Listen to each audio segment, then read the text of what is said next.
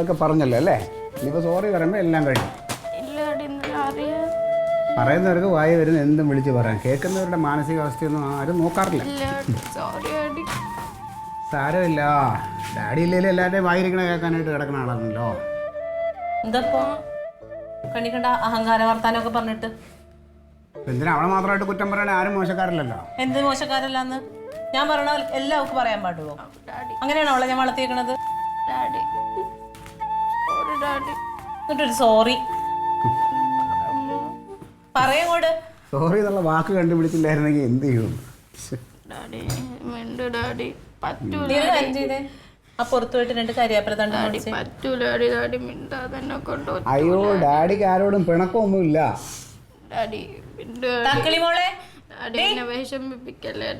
നിനക്ക് എല്ലാരും വിഷമിപ്പിക്കാം അല്ലേ?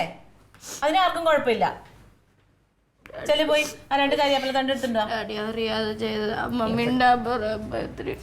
ചെന്നത് എടുത്തുണ്ട് വാ, എനിക്ക് കറി താളിക്കണം. പിണക്കമില്ല. ആ പിണക്കില്ലാന്ന് പറഞ്ഞപ്പോ ഡാഡി ഇപ്പൊ ഇതൊക്കെ കേട്ട് ഇങ്ങനെ ശീലമായി മോളെ. അതുകൊണ്ട് ഡാഡിക്ക് അങ്ങനെ വിഷമമൊന്നുമില്ല. ഒരുപാട് കൊഞ്ചുണ്ടപ്പോ അമ്മ പറഞ്ഞ അനുസരിക്ക്. ചെല്ലു ചെല്ലു. ഇനി ഞാൻ അടുത്ത വടി ഇവളോടല്ല എനിക്ക് പറയണ മുഴുവൻ. അമ്മ പറഞ്ഞ കേക്ക് പോ. ഡാഡിക്ക് പിണക്കമില്ല.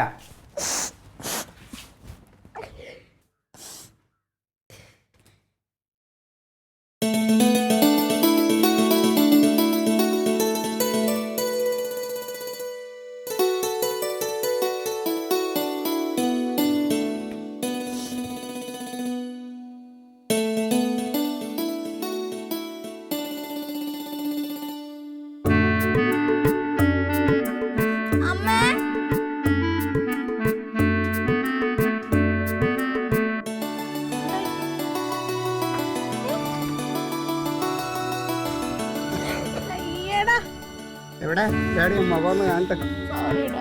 സോറിയാ? നിനക്ക് സന്തോഷമായ? കളർ ഇഷ്ടപ്പെട്ടോ? ചിരിച്ചേ. അയ്യോ താങ്ക് യു. എന്തിന്? നീയിപ്പോ എവിടെ ഭാവിയിൽ കല്യാണം കഴിച്ചു വിടുമ്പോഴും താങ്ക് യു ഡാഡി എന്ന് പറയുവോ? താങ്ക് യു ഒന്നും വേണ്ട കേട്ടാ. എന്റെ പൊട്ടിക്കാളി, നിനക്ക് വേണ്ടിട്ടല്ലേ ഞങ്ങൾ ജീവിക്കണേ. പ്രത്യേകിച്ച് നിന്റെ ഡാഡി. നിന്റെ എന്താഗ്രഹം സാധിച്ചു തരാതിരുന്നിട്ടുള്ളത്? ആദ്യം മുടക്കൊക്കെ പറയും, എന്നാലും സാധിച്ചു തരാതെ ഇരിക്കൂല ഡാഡി. കളർ ഇഷ്ടപ്പെട്ടോ? ഇനി അങ്ങനൊന്നും പറയരുത് കേട്ടോ.